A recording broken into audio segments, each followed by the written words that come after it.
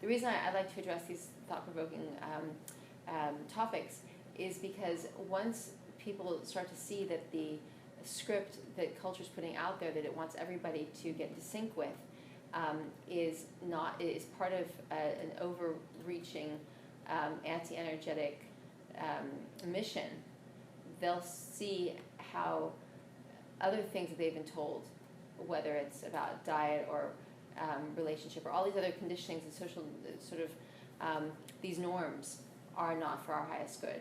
So it's like by addressing some of the more topical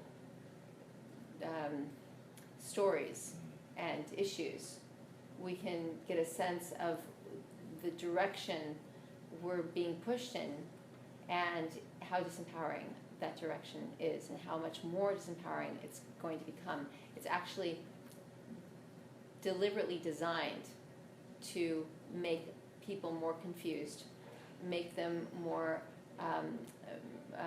opinionated. Doesn't mean it's the right opinion, it just makes them more opinionated, more fired up, more divisive, more self-righteous, and that's not going to help anybody. And once we understand that that's the direction we're being pushed in, then we can not necessarily push back, because pushing back means that we're then in conflict with them, but we can just rise above it all. Be like, oh, that's what's happening there. I don't want to be in that. That's the mosh pit. Let's not be in the mosh pit. Let's rise on higher thermals, be above it, not to look down on it, not to, but just to not be in it, so we can be clear. And by being clear, we can exemplify another way. So those people who may be in the mosh pit can see that there's another way.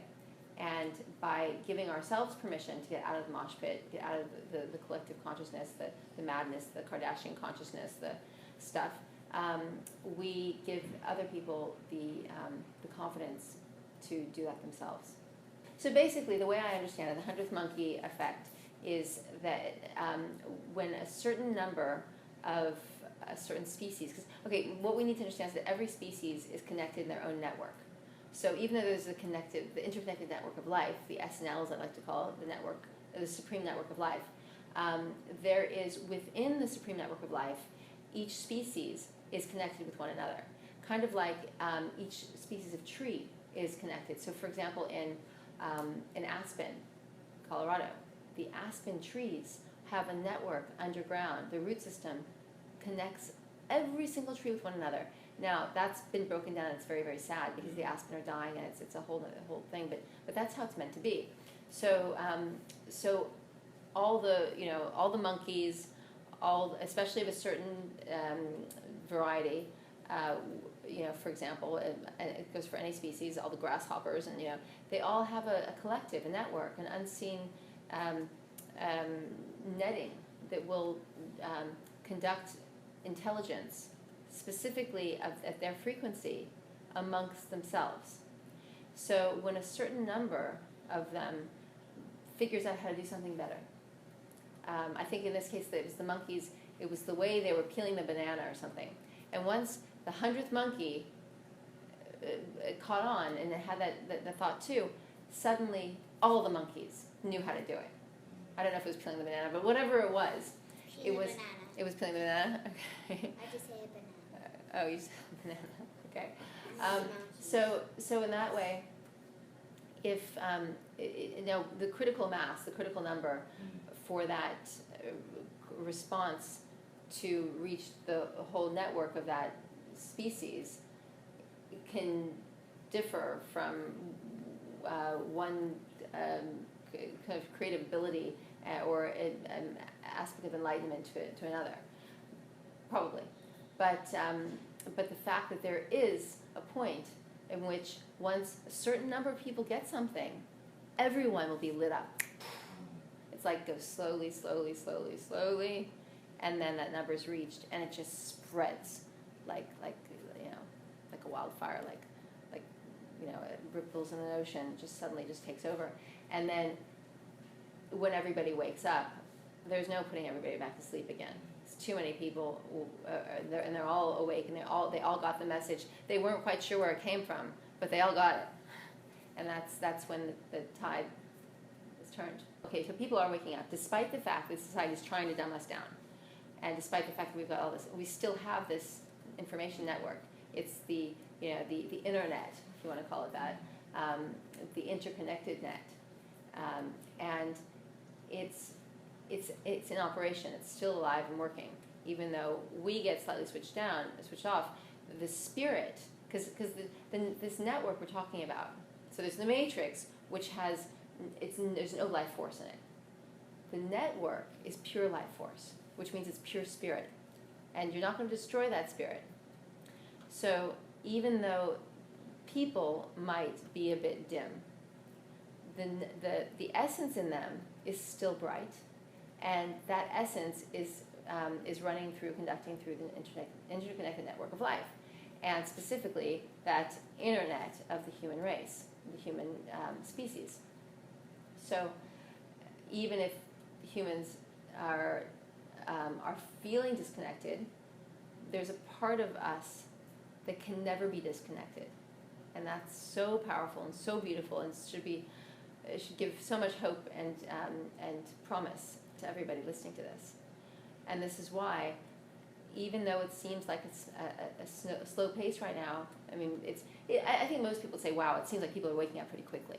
So there's a speed to it, but there's also a slowness at the same time, especially because as it speeds up and more people wake up, it's almost like, how are we all not awake now? Because the people who are awake want everybody to be awake, because we know how great life will be when everybody's awake, and how much more power as a collective we'll have to go to the even next level.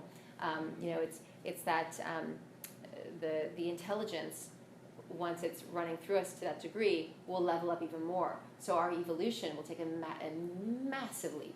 And we don't know what that's going to look like at next phase. Maybe we'll have wings. Maybe who knows? Maybe we'll be time traveling and be made to be invisible and shift places. And we don't know what that's going to look like. It could be as vast a shift as, there's plant to insect, there's insect to animal, there's animal to human. There's these enormous leaps in configurations of our intelligence and our abilities.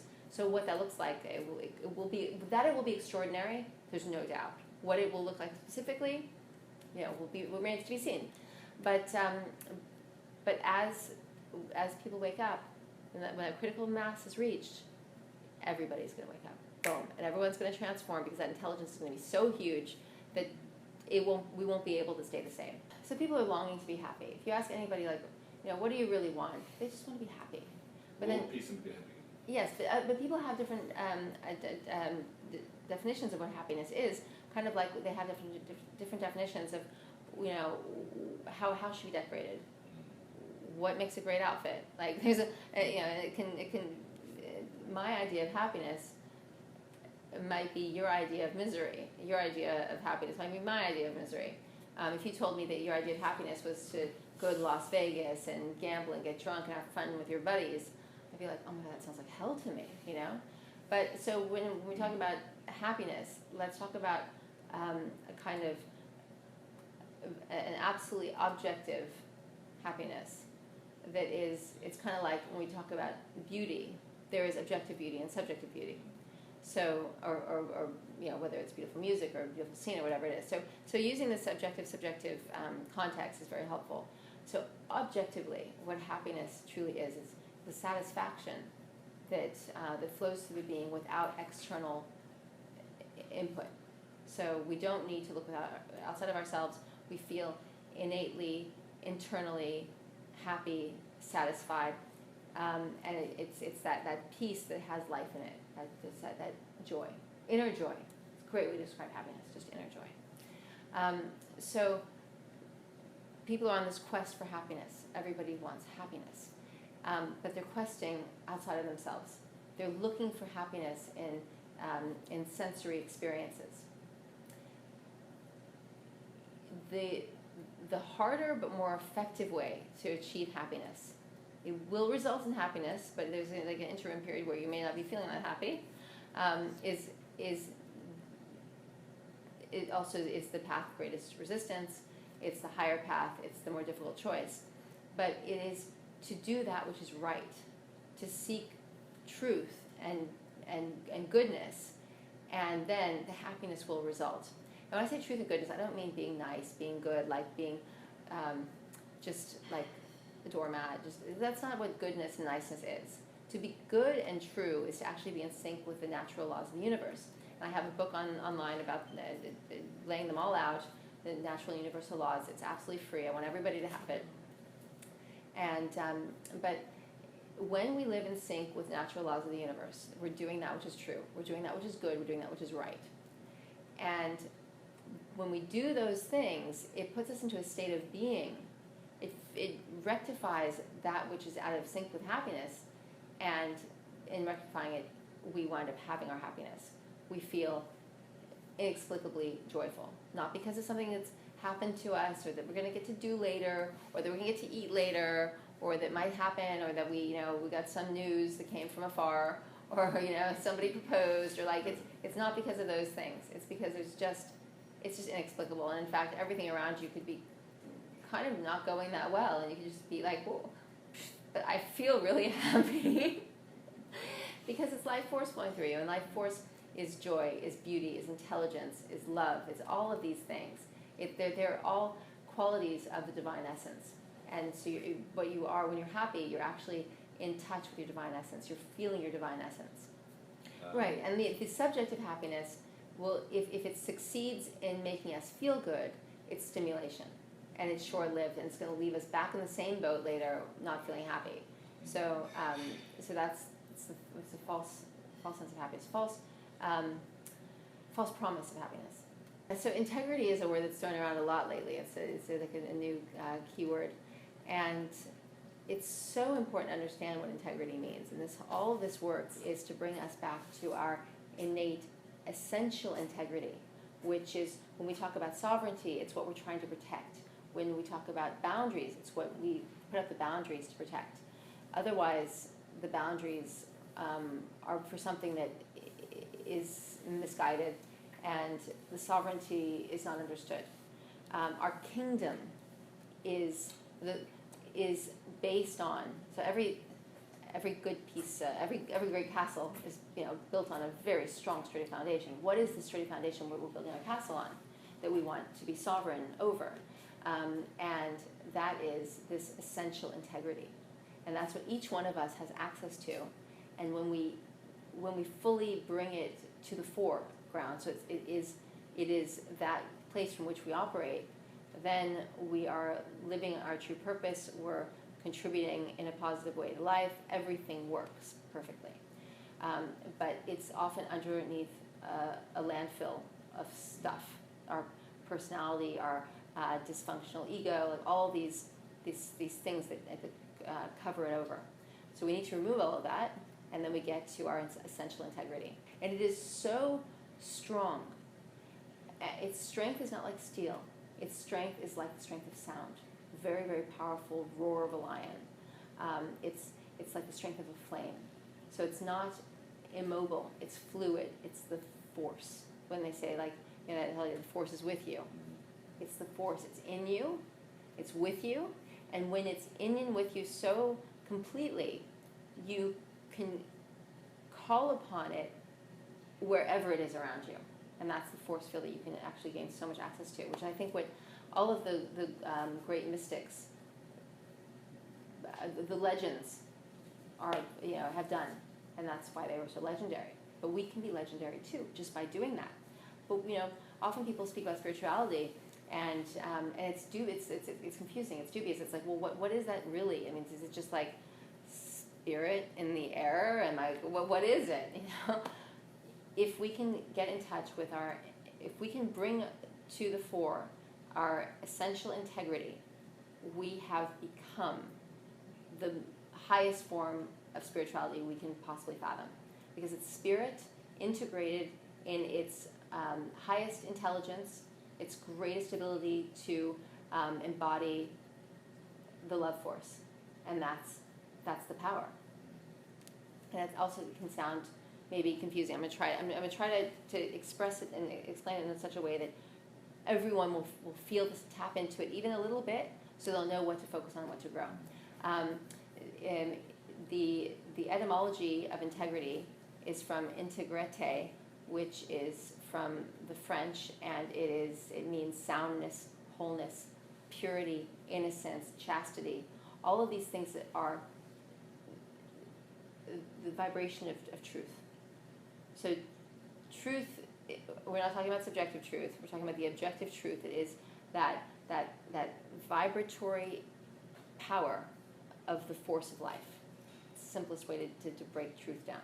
So it's not like, oh, well, my truth is this, and what's your truth? And like, I don't accept your truth. It's not about that. It's not about your truth and my truth. It's about the objective force of life, which is true.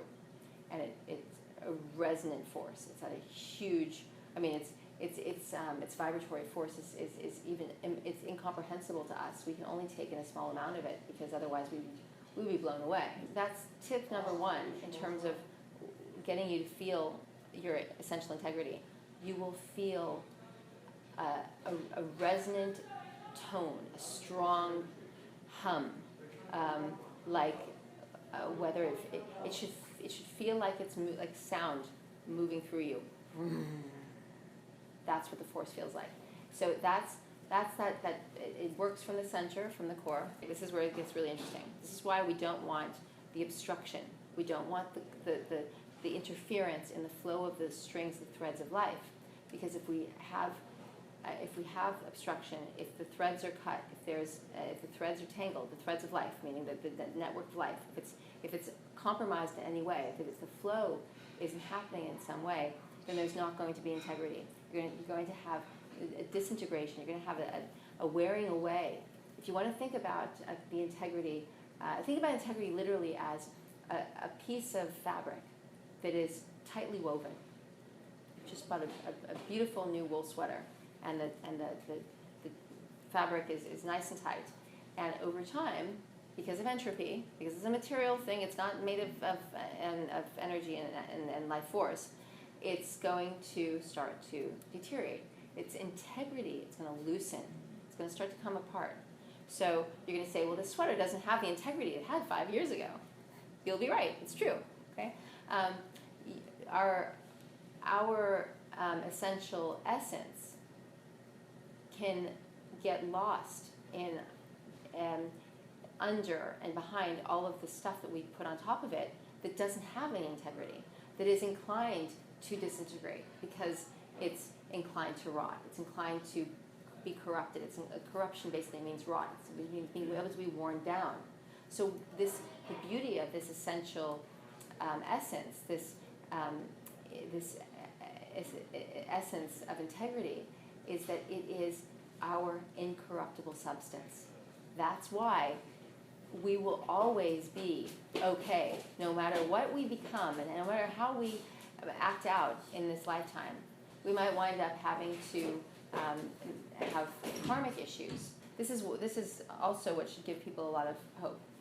There is a part of us that's completely incorruptible.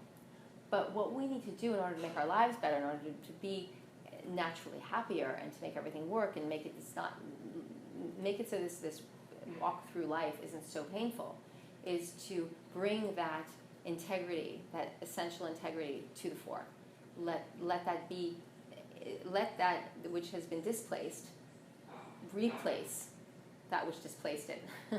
Get it out of the way. Get the integrity back in the driver's seat at the helm of the ship, and then increase it. And the more you increase it, the more of this incorruptible material you will actually be comprised of. And I believe that's what when Christ talked about having there was this field of powerful energy around him. Touch somebody and they'd be healed. It's the incorruptible essence. It can only heal. It's the Midas touch.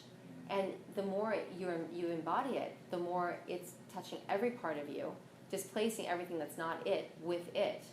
And that's how we can overcome. Even Christ says, and one day you will do as I do, and greater things still, and you will overcome the last enemy, which is death. I mean, it's all there.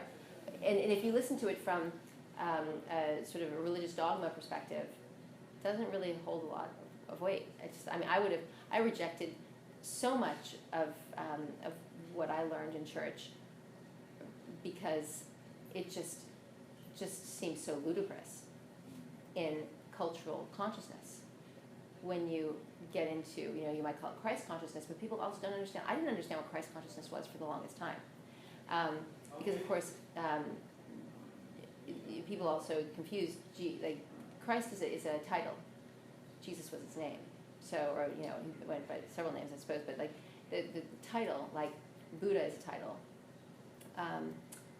And Krishna, Christ, these are all titles. The more incorruptible substance we have in us, which means the more of that essential integrity that's at the helm and running the show, the more we're able to understand what some of these things mean that we couldn't really comprehend before.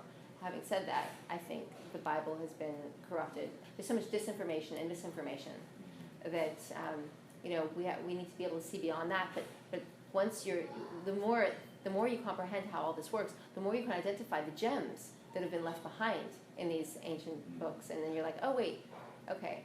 But they didn't think we'd figure that out because we would never be in the level of consciousness that could figure it out. But wait, we did get to that level of consciousness, so we can figure it out. So integrity. And then what happens is when you operate from that integrity, you're doing the right thing, which means your tissues are going to take on that integrity. So going back to the sweater analogy, the wool sweater, if we live life in an entropic state, we're going to come into life with this amazing physical integrity. Our tissue quality is going to be beautifully integrous, nice and tightly knit, and with a lot of fast twitch fiber and ability to respond and great reflexes. And then little by little, it's lost because the life force in it is lost. The integrity is lost. It starts to lose its shape. It starts to sag. It starts to dystrophy, atrophy. The collagen isn't coming back. It's showing. Basically, your wool sweater, your skin, is starting to lose its integrity, and so we don't want to repair that from the outside and put stuff on top of it and say, let's just put some, patches. Let's put some patches on those spots on the wool sweater, but then the rest of it's everything around the patch also is losing integrity. So more and more, and then you patch on the side, and by the time you're done, you have not the sweater you were given, you have patches. So we want to be able to restore the sweater we were given, and that means that we do that from within. We make sure that those threads don't die. The life force in them doesn't go away. That the life force is restored to them. Then the intelligence is restored to them. Then instead of being dumbed down, they have more know-how. Literally, the cells gain the know-how, and then they know what to do. And in knowing what to do, they do it, and they put it all back together. And suddenly, you take somebody who's 60, 70, 80 years old and older, and they can have the makeup of a much, much younger person. They get burdened by the matter that's on them that they weren't designed to have. They get weighted down. And the same thing happens to us. But it's because we expose ourselves to things that would cause our disintegration. But everything that we're exposing ourselves to, we do for a reason. What's that reason? Because we were told it was the right thing to do, or because in being driven toward it, we became attached to it, we became addicted to it. And so now we're stuck with it, and in order to get out of it, we have to work really hard to overcome our drive to be with it, to consume it, to be in that kind of experience. The way most people live, every single thing they do will defeat the integrity of their essential integrity and of their tissues, of their mental integrity. We want to have a sharp mind. But yet everything we do in a day creates chaos and confusion and saturates the mind with all manner of violence and vulgarity and just inharmonious frequencies. Just like blah blah blah blah blah. Even it's stuffing. We talk about the stuffing. So all of those things will remove the will basically reverse the integrity and make it create a disintegrity. So it's really important to understand what integrity really means, not to use it loosely, and to make it a feature, a focus of your life, because when you do, you'll have something to build a real kingdom on, and then you'll have a reason to be sovereign. Well, first of all, unless you have great integrity, your sovereign rule isn't going to last for very long. Yeah. You know, you might claim sovereignty, but you won't actually be sovereign because you'll be weak in places because you won't have integrity. The opposite of integrity is a weakness, because the good tissue, that new sweater, it doesn't have that weakness, but as it wears down, it becomes weaker and weaker and weaker. So where do we become weak, and where do we let those infiltrators into the kingdom? Any manner of way. We could be fearful, we could be lazy, we could be overly indulgent. I mean, this is where the 7 sins come in, the 7 deadly sins. It makes perfect sense when you see it from this perspective. You know, if we're violating our strength, we're violating our sovereignty, we're doing it in these ways, and making it really easy for us to no longer be able to live. That's why they're deadly. They come in and they break our kingdom down. They create the disintegration that makes us, you know, fall to ruin. It all makes sense. It's the innocence, right? So it's integrity is innocence, and there's strength in innocence. That's something people often don't understand. To be innocent is not to be weak, is not to be ignorant, is not to be naive. Those things actually aren't the same. Naivety is the opposite of innocence. To be naive is to have none of the know-how, and just to be frankly kind of stupid, make bad choices because, you know, you don't have an inner compass. Yeah. To be innocent, you take a child, they might be bullied by somebody older, but they know what's right and wrong. They know that the bully's doing the wrong thing. They know what's up, and that's the beauty of integrity. It knows what's up, and so when we understand the difference in the innocence. The best combination, actually, and this is a very rare combination, this is what everybody should strive for, and this is what we're all capable of. If you want to get that integrity, that essential integrity, to be so strong and to have the most sovereign kingdom ever, you want the combination of innocence and maturity. And most people think that those two things are incompatible. They're actually, that is the home run, because it means that you didn't let life corrupt you. The opposite of innocence is corruption. So if you can get through life without letting it leave its residue in you and start to rot your innocence, you can expel that which would cause the rot. You leave the innocence, but you have the know-how of experience, and you understand the laws of the universe. You've read the universal laws of nature and the universal and natural laws, and you understand them, and you apply them. Then you're acting out of maturity. And you're doing the things that need to be done, even if they're hard. That's maturity, and you're able to protect that which is worth protecting. So we've spoken about how once the individual goes through its initiation process in the old tribal cultures, they would be celebrated because the tribe would recognize them as somebody who could protect that which needed protection and which deserved protection. And what mostly needs protection, of course, is innocence, because it's so open, it's so full of life, but it's so receptive, it's so vulnerable. So the combination of that innocence, having all that know-how, and all that open vulnerability, which makes it porous, which makes it so able to conduct, because as much as it's able to receive, it's able to give. This is why children's love is just so just pours out. But what's pouring into them, unfortunately, is problematic because they're so open. The flow is there, and so the maturity makes sure that nothing that is it keeps the boundaries. Nothing that is would defeat the innocence flows in, but that innocent abundance is constantly expressing, and that combination is phenomenal. That's what we all want to aim for: huge maturity and total innocence.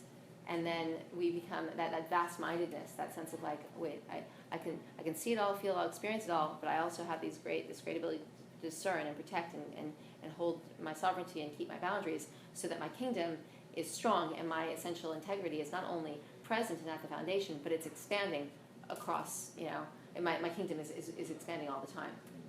And I think what's so cool about that too is to think about to be washed in the water, like to be it's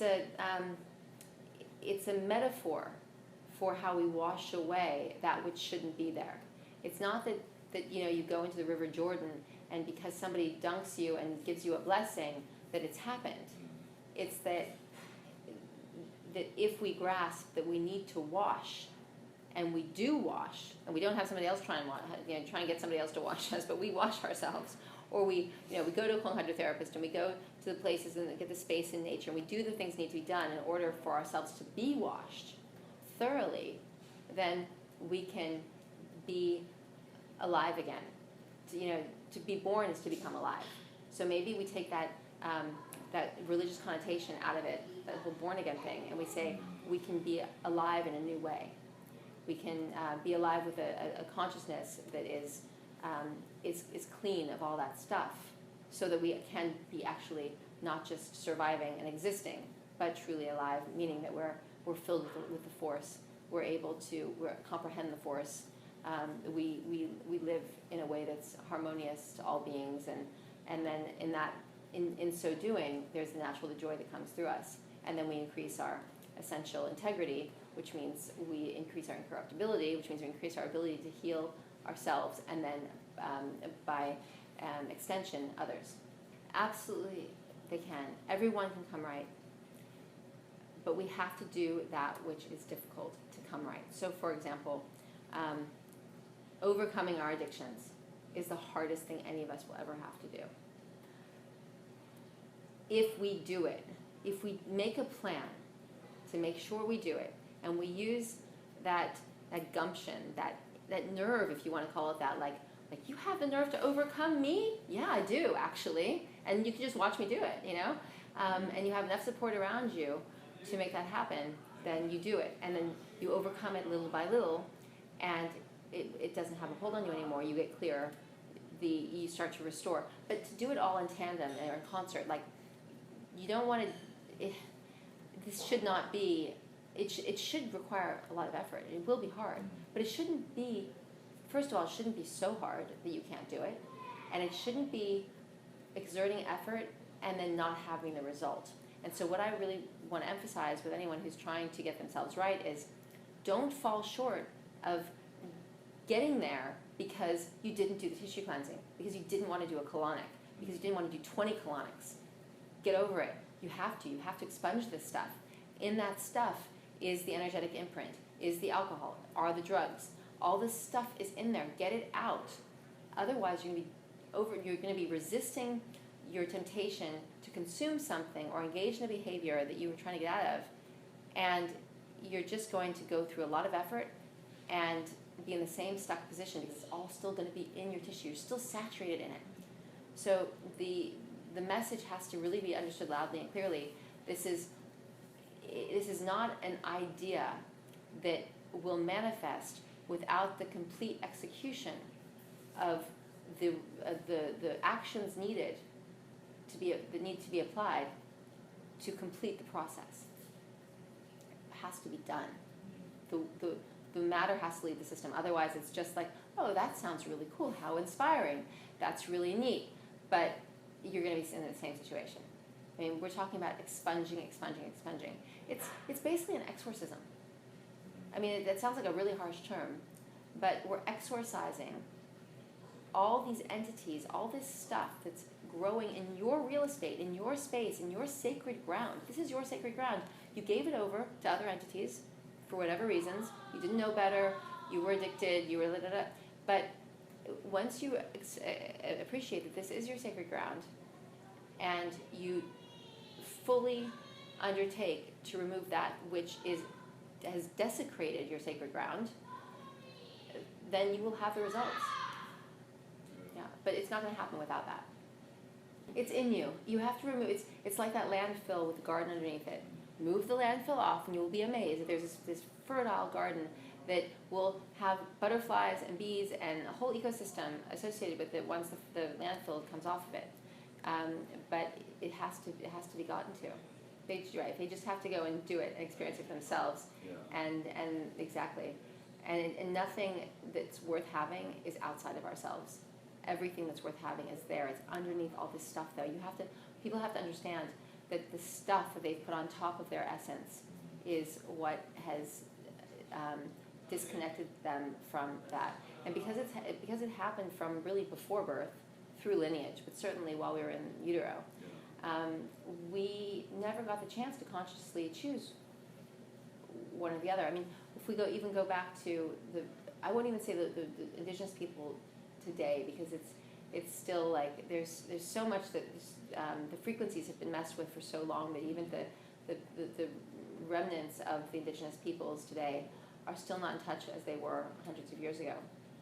But if we could feel the heart and the joy of an American Indian 500 years ago, much less 10,000 years ago, their whole being was life force, and there was absolute joy and understanding and connection. And yes, there would be rogue beings now and then that would happen, of course, but I mean, because entities do circulate, but by and large, there's the human experience, non-corrupted or uncorrupted by all this stuff that we're saturated with, and that humans have been saturated with. I would say those living in the matrix, not in the interconnected network of life, not the sort of indigenous peoples. They just never knew anything else. There was just this inundation. I just come back to the word saturation. It's like you come into the earth and it just pours into you, and you never know anything different. And so you're addicted from birth. You're basically born an addict. And what do addicts, babies who are born addicted to heroin, they're not taken off heroin. They're given little bits of heroin because they will die if they're taken off the heroin. So they're given little bits until they eventually wean them off, and they don't have it forever. But the point is that we're just continuously fed until some part of us, I mean, if again we think about it as a human body, the whole human collective, even just one of us wakes up a little bit, catches on to something, and then, and often those people get shut down. I mean, Socrates, Jesus, look what happened to all these people who said anything of real meaning. They were, Nikola Tesla, they were all shut down. Wilhelm Reich. I mean, any real, conduit of truth that could potentially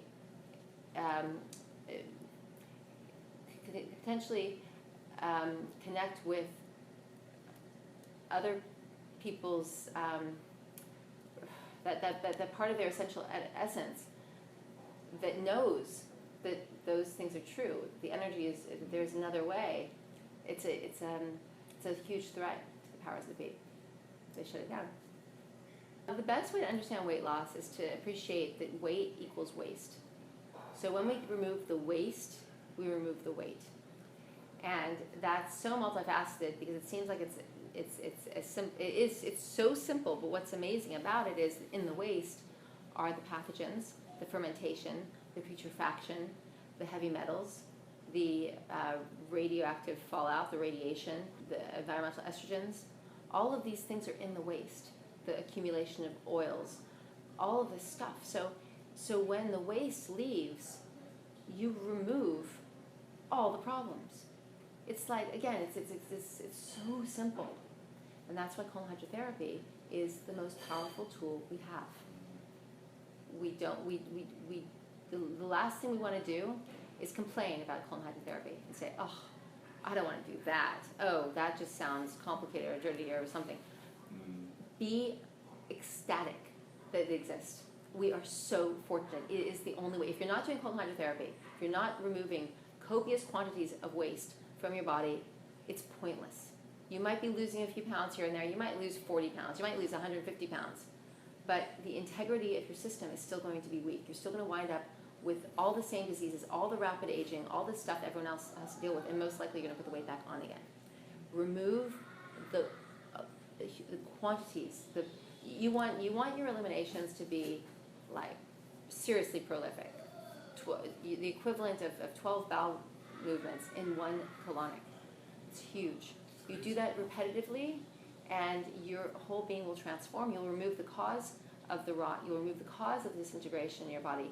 You'll remove the cause of your foggy-headedness. You'll remove the cause of your agitation, because you're going to remove the inflammation. And what is agitation but inflammation?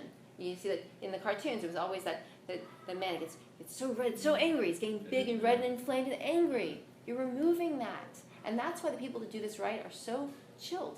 They're like Rasta. You know, it's very hard to get them riled up. Obviously, we all have buttons that we can be pushed, and we need to overcome those.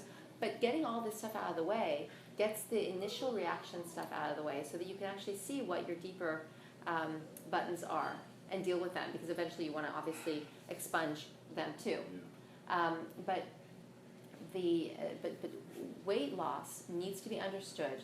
If it's going to be done properly, if it's going to be done effectively and have a lasting effect, not just an effect of losing the weight, but restoring the system to integrity, to restoring the system to such high functionality and vitality that you're on the right side of life, that you're not being unraveled, and there's no entropy happening in your system. It's all syntropy, which is the opposite of entropy. Some people call it neg entropy, but I find that neg entropy has a negative sound, so I like syntropy, which means the same thing, but it's the opposite of entropy. Entropy is things unraveling and going from order to chaos, and syntropy is going from chaos to order and higher orders. So it's the coming back together, the restoration of the integrity in all the systems and all the tissues and organs, etc. So you're not just losing weight, you're losing copious quantities of weight. You're losing all this adipose tissue, and everything is coming off. But it's also not coming off leaving you saggy. It's coming off, and then the restoration is occurring at the same time. It's simultaneous release and restoration. That's amazing. And so, and your eyes are getting brighter, and your mind is getting clearer, and your heart is getting more open. You're more able to express yourself, and there's a greater desire to, as much as, it was just funny, as much as the world is not in sync with this, you become more engaging and more desiring of engaging with other people. And this is where also they don't need to be people who are doing what you're doing. You start loving, connecting with people. It doesn't matter. You're not looking to be exclusive. You're feeling the natural human impulse to be inclusive, and that's hugely rewarding. It just feels like, oh, why did I need to draw all these boundaries and lines and unhealthy, dysfunctional boundaries before and exclude people and things when just feeling the love and I want to share it and I want to give it and it doesn't matter if it's not reciprocated even. It's just like, well, here's some more anyway, because you're not giving it away. You're expressing it. That's a big difference. Because in your expression, you're feeding yourself, because you're not suppressing anymore. You're actually being who you are, which is a regenerative event in the being. And you get to the point where when people have this experience, you just kind of look at each other like, yeah, I know. You don't even have to explain yourselves, because you all got the download. It all comes through. It's our innate way of being. It's like we don't have to look up some manual to see how we're meant to be. The only manual we need is how to get this stuff out of the way so we can be who we are. And we're so much more alike than we are different. The fundamental qualities of a pure, uncorrupted human are the same. They're also the same qualities of the force: intelligence, beauty, inclusivity, creativity, love, connectivity. It's all integrity. These are all, everything that's great about life are qualities of the divine force, and they're all our qualities too. And if you want to think about the idea that we're made in the image and likeness of the divine force, let's call it that, then that's really what that means. It means that incorruptible substance is in us, and the more we create the conditions for it to grow and remove the conditions that suffocate it, that suppress it, the more we will be able to understand that unquestionably. Avatar, Star Wars, the Lorax is great also, yeah, and WALL-E, of course. So many. There's a movie called City of Embers. Your son would love that. You can watch that with him. City of Embers is so good. Whatever our excess weight is waste. So that's, if we break down all the stuff that isn't muscle tissue and bones and skin tissue and all that stuff, it's for most people it's a lot. It's a lot. I would say, well, I mean, it depends on the person, but you can. But this is the interesting thing, also, though. All right, so on the one hand, this is the best way to lose weight available, conceivable, and it's hugely effective, and you will also be able to accomplish it very, very quickly if you desire to, without the drawbacks of quick weight loss.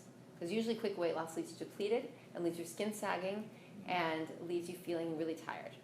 Whereas by removing the waste, you're removing everything that makes you weighted down and anything interfering with the life force. So the quicker the waste leaves, the better off you're going to be. So that's got to also be exciting, because if you've got 40 pounds to lose and you're told, oh, you need to lose it really slowly, otherwise you're going to stress your body, well, that's not the case with this. The more you awaken with the alkaline substances and release with the colonics, the better off you're going to be. However, people who are thin or think they're thin, a lot of people think they're thin and they're not thin.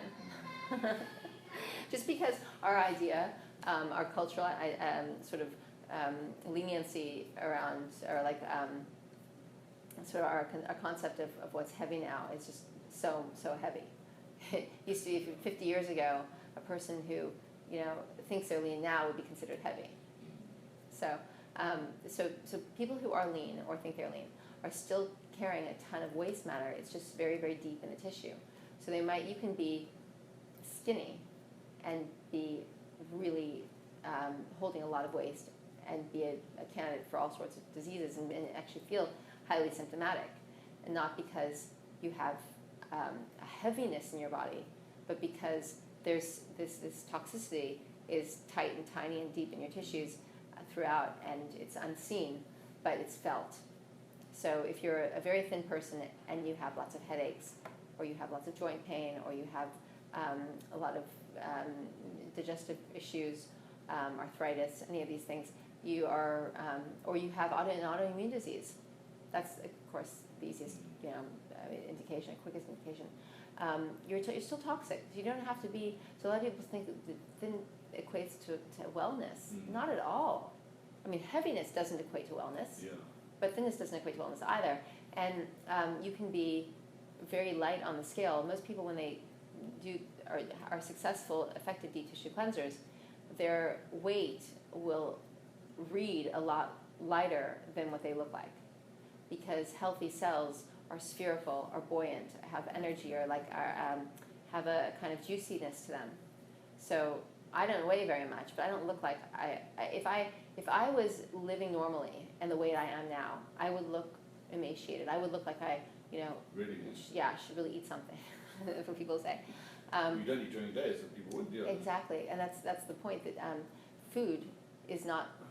Okay. It puts into question whether food is necessary. Certainly, the way we eat isn't necessary. Certainly, eating 3 meals a day, much less 2, even 1. Do we need to eat every day? No, we don't actually.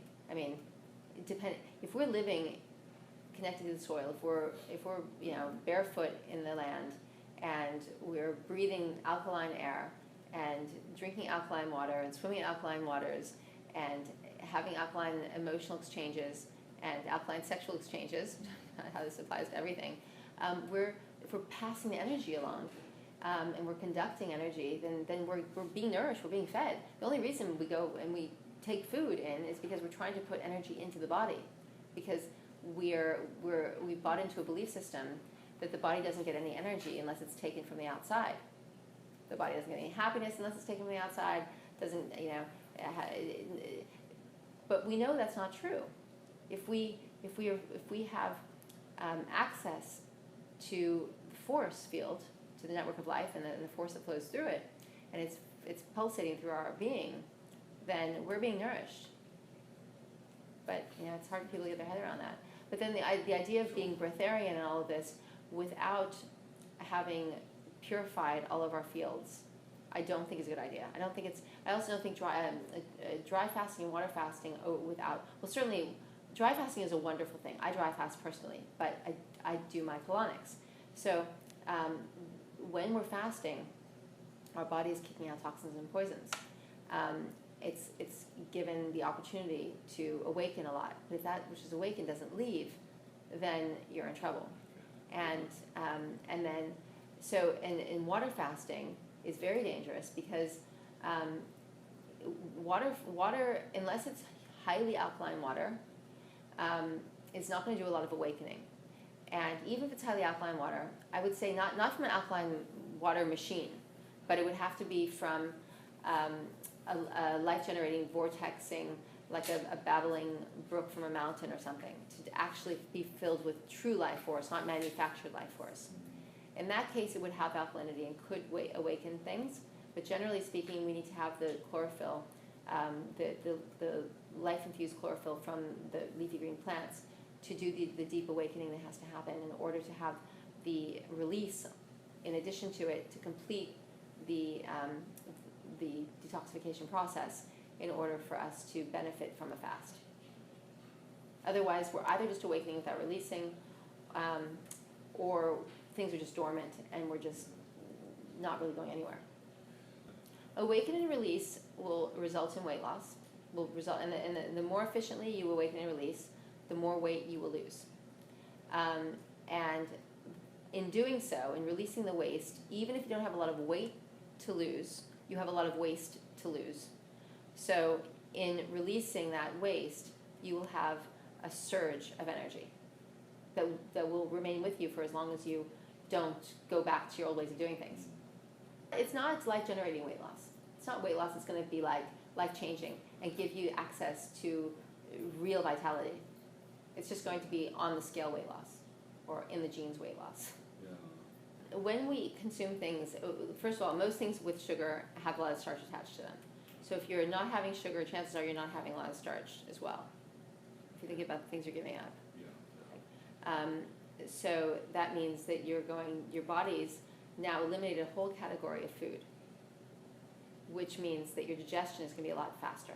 So this goes back to the theory of food combining.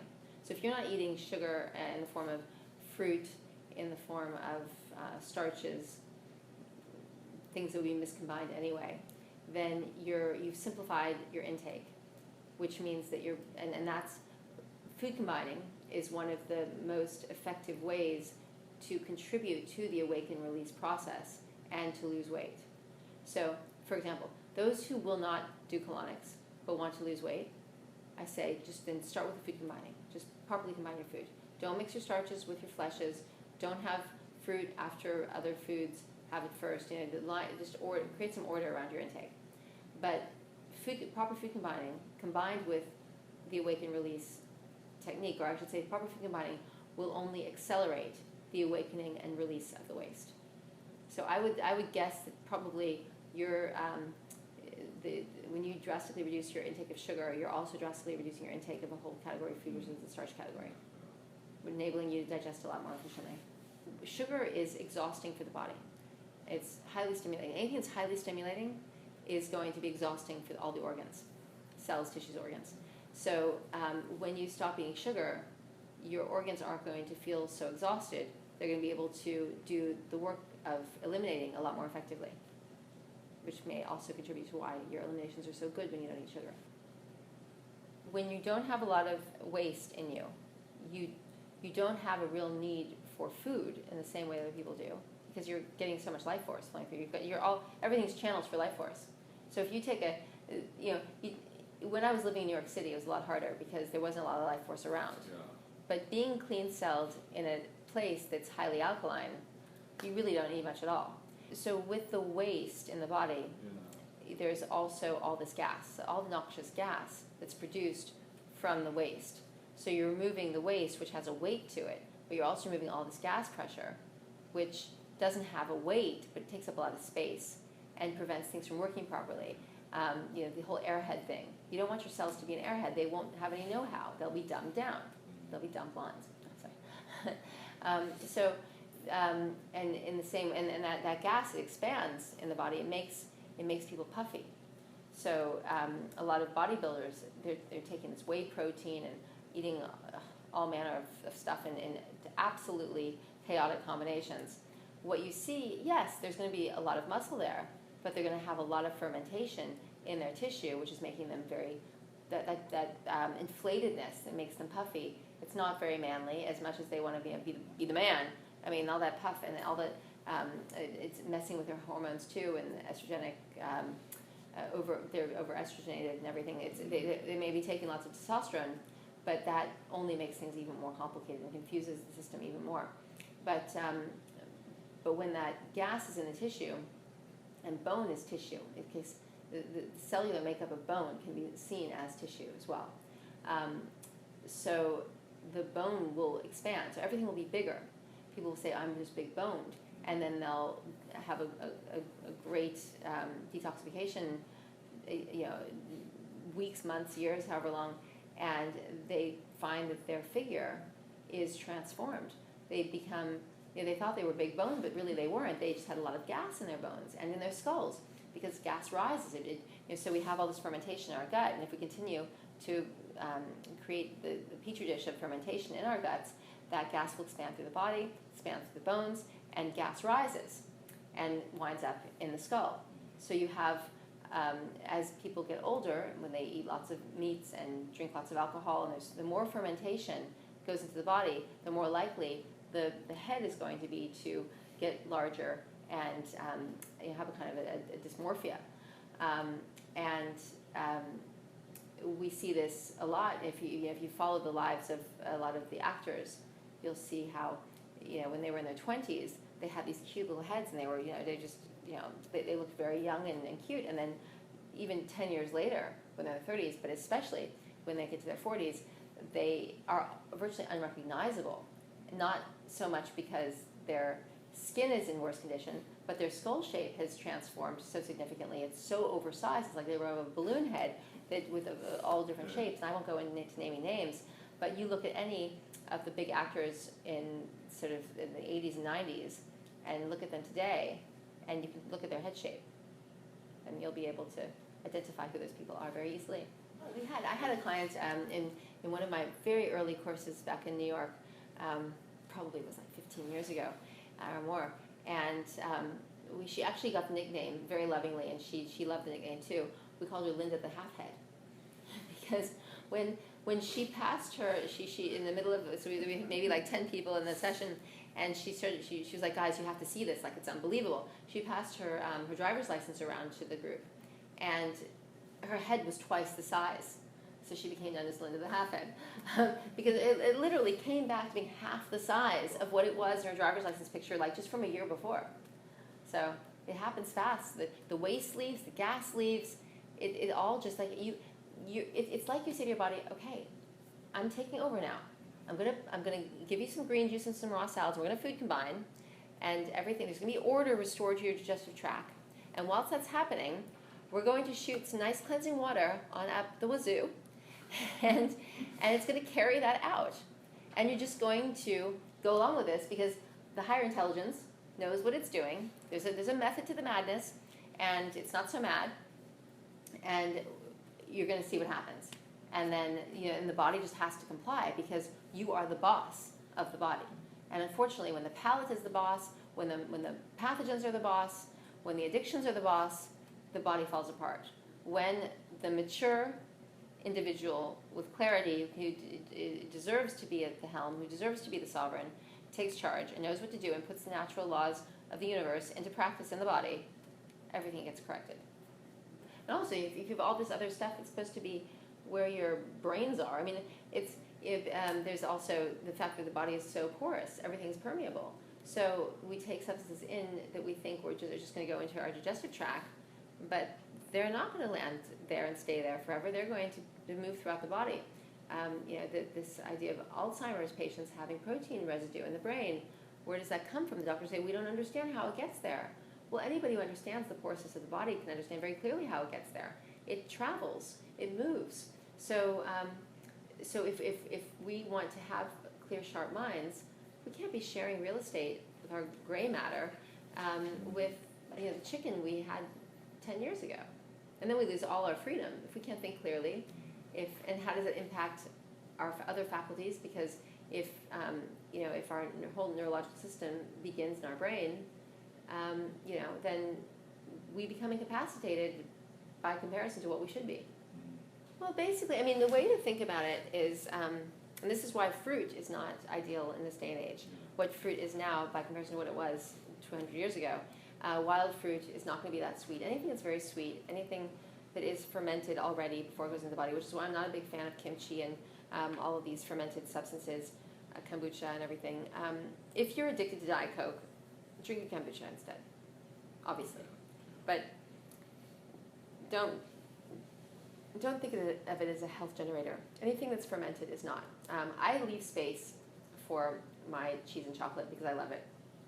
And I know how to, I'm a master of my body. I'm a master of how the whole thing works in my field. So I know how to get away with it.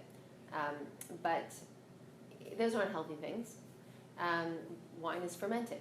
Why would you put, it's death. It's fermentation. Putting something fermented into your body is putting death into your body. If you have so much life in your body and you can make sure that the death doesn't stay there, then you can get away with it and you can, play. But basically, the safest way to eat is the green-centric way. There are all these labels out there: vegan, vegetarian, ketogenic, paleo, Banting. Can't even name them all. But think green-centric. That's all you need to think, green-centric. Because if you're thinking green-centric, this is what it looks like. 80 to 90% of your diet will be leafy greens in some form. I know that sounds like a lot and it sounds heinous, but it's actually amazing. You've got your green juice. Okay, you have that at least for breakfast. For lunch, you have a green salad, big leafy green salad. Put some other vegetables into it. Put a raw tahini dressing on top. Put some fresh raw guacamole on top. Knock yourself out. Even have a few free-range eggs if you want to. It's still green-centric. Okay?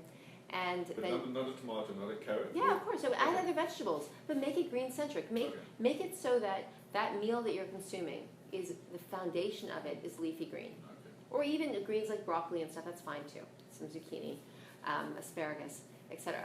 And then your dinner, you do the same thing. You do big leafy green salad and some cooked green vegetables. And then maybe you have some free-range chicken if you want to, or some grass-fed beef. I mean, I don't believe in killing animals for food personally. I don't think it's necessary. But we're transitioning here. Everyone's transitioning. So if you were going to eat meat anyway several times a week, get the better quality meat, have it with the green salad, and let that be a huge success for you, and be happy about that and proud of that. And that when it's time for you to segue away from it, you will. Trust that the process will enable you to get to that stage at some point, and you'll be ready for it. But if you think green-centric, you really can't go wrong, because greens don't ferment. Greens don't rot. So, I mean, if they're poor quality and they've been in the wrong conditions, you can find little bits of fungus now and then, but so rarely. And the darker, cleaner, more organic the greens, the even more or less inclined they will be to rot. Not only that, but when they're put into your body, because they're so highly alkaline, they'll prevent rot from happening within you. So everything else is going to rot readily, but the greens won't. So, and that's the biggest quantity of stuff in. Exactly. So if we're thinking, even if you're at 70% green-centric, take the idea of being highly raw out of the equation, of being mostly vegan out of the equation. These are terms that people have kind of come to, which is, it's great, because 10 years ago nobody was even speaking the kind of dialectic. Those terms were like, well, what are you talking about? But now we need to level it up to green-centric and think, 60 at minimum, 70 good, 80 great, 90 home run, and you will be alkalinizing. You will be putting out the false fire in the body and providing the true primal power, the life force, the divine flame for the body. So basically the idea is take this concept of green-centric and even vegetable-centric, if that helps you, like as an initial entry point, vegetable-centric with a green-centric emphasis, and then you can do whatever you want to do to it. You can puree it. You can make a vegetable stew with lots of spinach. You can make a hot and cold salad, which is delicious. You can do a raw green salad with tomatoes and all that jazz, and put some steamed broccoli, steamed asparagus, steamed spinach on top of that. Make some fresh marinara sauce and pour that on top. Even just warm tomatoes with basil, and then a little bit of raw goat cheese, or even some of the mozzarella, the buffalo mozzarella. It's very moist. It's much cleaner than a cow dairy that's dry. So if you're using a ricotta or a mozzarella, it's going to be a heck of a lot easier to digest and be much more workable in this kind of way of transitioning yourself, transforming your body, than, say, a dried Parmesan or regular cow cheese. So do we just level up and level up and level up as long as the waste is being eliminated and you're finding that you're day by day able to move in the right direction and you're feeling the energy coming through, you're doing it right. It's perfect. And you will feel it. And if you get flu-like symptoms, if you get headachy, if you get a distended belly, it's only because you've woken it so much up and you haven't gotten it out. So if you're doing this right, you actually won't have detox symptoms. People talk so much about detox symptoms and Herxheimer reaction, all this stuff, which is the pathogens leaving the body. If you're colon cleansing, if you're doing colon irrigation, if you're using your enlightener, you can avoid the detox symptoms because you're getting the waste out as you're drawing it up. If you're drawing it up and it's sitting, you're going to get symptoms. And then what's going to happen is if you don't get it out in time, it's going to resettle, and all the work you did to bring it up, to tee it up for release, is going to be nullified. So remember, it's not enough to do the dietetics. You have to get it out of the body. When you do them in perfect balance, then you're going to have a completely renewed system. Everything will be restored. We're talking about substances that never belonged in the body to begin with, so that the body never knew how to eliminate them from the get-go. The alkalinity will still get the waste to come up out of the cells and tissues. The body can do that much because the alkalinity is doing that. It's a magnetization of the acidic waste matter. But the expulsion, the exodus of this waste is what the body struggles with because it doesn't know how to eliminate it. It doesn't know what to do with it to get it out. And what people have is and this is also a hugely important point, the large intestine is so dry that without the water to instigate the peristalsis, it's never going to leave. So if you wake stuff up in your intestinal tract, it doesn't mean that it's ever going to leave. It means that it has another option to leave. But the best opportunity it ever had of leaving was the day you took it in, because that's when it had the most water content attached to it, and the most sort of kinetic energy in it. The longer it sits in your body, the longer it gets dried out, and it has less and less of a chance of leaving with every passing hour. So two things. One, there's a concept, a sort of a way of getting this message across, where we say you want to eat your water and drink your food. So eating your water means you're eating high water content food. So you're eating your water by eating your salads. And drinking your food means that you're going to extract the liquid from the vegetables and you're going to drink nourishment that way. So eat your water, drink your food, and then, exactly as you said, we want to take lots of water into the body, but we want to put it where we need to put it.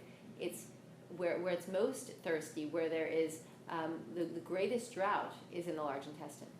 So we put the water there, expel what needs to leave, and then the water as it continues to go in, which is why it's important to have, with the colon irrigation, remember what irrigation means. It means getting water to this place.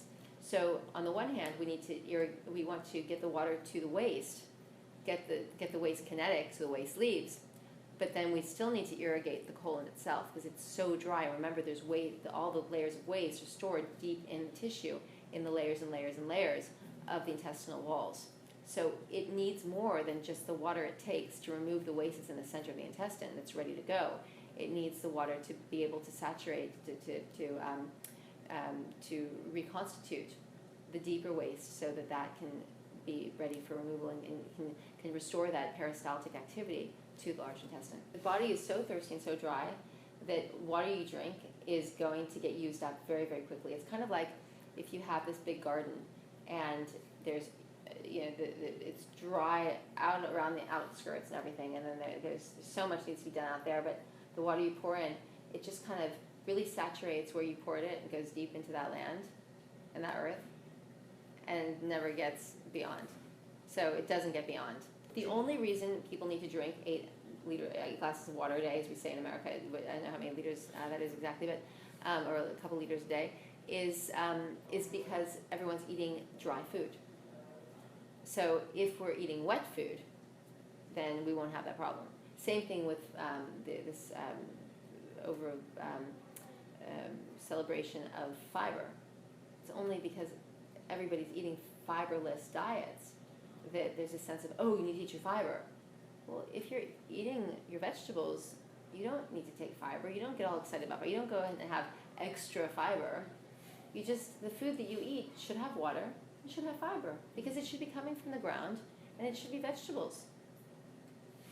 It's really not that hard, But if it's meat and if it's milk and if it's starch, then it's not going to have if it's refined starch, especially, it's not going to have the fiber it needs.